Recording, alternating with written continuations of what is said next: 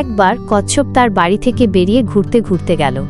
হঠাৎ সে দেখতে পেল খরগোশ খুব গম্ভীর মুখে বসে আছে। কচ্ছপ কৌতূহলী হয়ে খরগোশের কাছে গেল। কি হয়েছে খরগোশ? কচ্ছপ জিজ্ঞেস করল। খরগোশ উত্তর দিল, আমি একটা খুব কঠিন সমস্যায় পড়েছি। জঙ্গলের ওপারে একটা বিশাল নদী আছে, আমাকে সেই নদী পার হতে হবে, কিন্তু আমি জানি না কিভাবে। কচ্ছপ হাসল, আমি তো জলের মধ্যেই থাকি, তুমি চাইলে আমার পিঠে চড়ে নদী পার হতে পারো। খরগোশ খুশি হয়ে কচ্ছপের পিঠে চড়ল। কচ্ছপ ধীরে ধীরে নদীর দিকে এগোতে লাগল। মাঝপথে খরগোশ একটু উদ্বিগ্ন হয়ে উঠল। সে বলল, কচ্ছপ, তুমি কি নিশ্চিত তুমি আমাকে নিয়ে নদী পার করতে পারবে?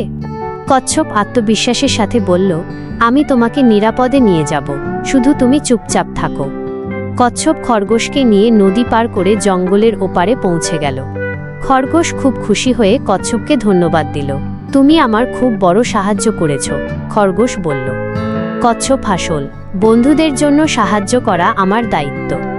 এরপর তারা দুজনে মিলে জঙ্গলের ওপারে ঘুরতে বের হলো। তারা একসাথে ফল খেল, গান গাইল এবং অনেক মজা করল। হঠাৎ তারা দেখতে পেল একটা বিশাল গাছের ওপরে একটা মধুর ঘর। খরগোশ মধু খেতে খুব ভালোবাসত। সে কচ্ছপকে বলল, তুমি এত লম্বা, তুমি গাছে উঠে মধুটা নিয়ে আসতে পারো। কচ্ছপ হাসল, আমি তো গাছে উঠতে পারি না, কিন্তু আমার একটা ভালো বন্ধু আছে, সে গাছে খুব ভালো উঠতে পারে। খরগোশ জিজ্ঞেস করল, কোন বন্ধু? কচ্ছপ বলল, আমার বানর বন্ধু। তারপর তারা দুজনে মিলে বানরের কাছে গেল। কচ্ছপ বানরকে বলল, বানর, তুমি কি আমাদের জন্য গাছ থেকে মধু নিয়ে আসতে পারবে? আমরা খুব মধু খেতে চাই।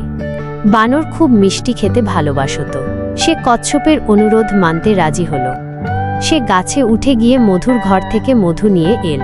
তারপর তারা তিনজন মিলে মধু খেয়ে খুব মজা করল। সেই দিন থেকে কচ্ছপ ও খরগোশের বন্ধুত্ব আরও গভীর হয়ে উঠল। তারা বুঝতে পারল যে ভিন্ন ভিন্ন প্রাণী হলেও তারা একসাথে থাকতে পারে এবং একে অপরের সাহায্য করতে পারে। এই গল্প থেকে আমরা শিখতে পারি যে বন্ধুত্ব খুবই মূল্যবান। একসাথে কাজ করলে সবকিছু সম্ভব। আমাদের সবারই একে অপরের সাহায্য করা উচিত। ভিন্ন ভিন্ন প্রাণী হলেও আমরা সবাই মিলে একটা পরিবার হতে পারি। ভিডিওটি ভালো লাগলে অবশ্যই লাইক করে দিবেন আর চ্যানেলটি সাবস্ক্রাইব করতে ভুলবেন না।